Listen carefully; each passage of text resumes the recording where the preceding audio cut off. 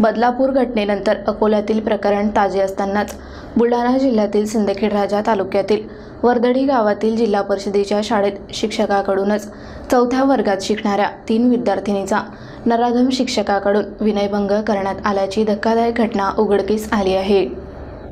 दरम्यान किनगाव राजा पोलिसांनी पीडित बालिकेच्या तक्रारीवर आरोपी नराधम शिक्षक खुशाल उगले विरोधात विनयभंग, पोस्को व ॲट्रॉसिटी कायदा अंतर्गत गुन्हा दाखल करून त्याला अटक केली आहे।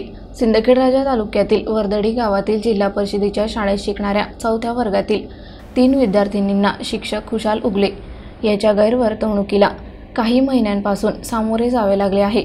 या घटनेने बुलढाणा जिल्ह्यात एकच खळबळ उडाली आहे। घटना समोर आल्यानंतर किनगाव राजा ठाण्यासमोर संतप्त गावकरी किनगाव राजा पोलिसात पोहोचले होते व त्यांनी आरोपी शिक्षकाला तातडीने कठोर शासन करण्याची मागणी केली। किनगाव राजा पोलिसांनी तातडीने पथक रवाना करून आरोपी शिक्षक खुशाल उगलेला अटक करण्यात आले आहे।